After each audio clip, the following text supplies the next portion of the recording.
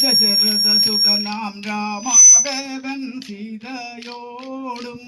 കൂടെ ദശരഥസുതനാം രാമദേവൻ സീതയോടും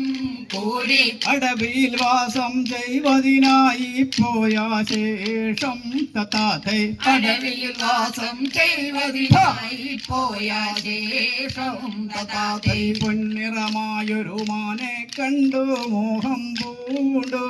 സീത പൊന്നിറമായൊരു മാനെ കണ്ടു മോഹം പൂണ്ടു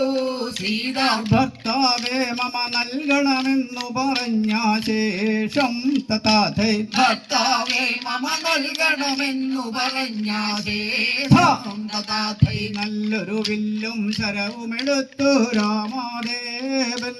താനെ നല്ലൊരു വില്ലും ശരവുമെടുത്തു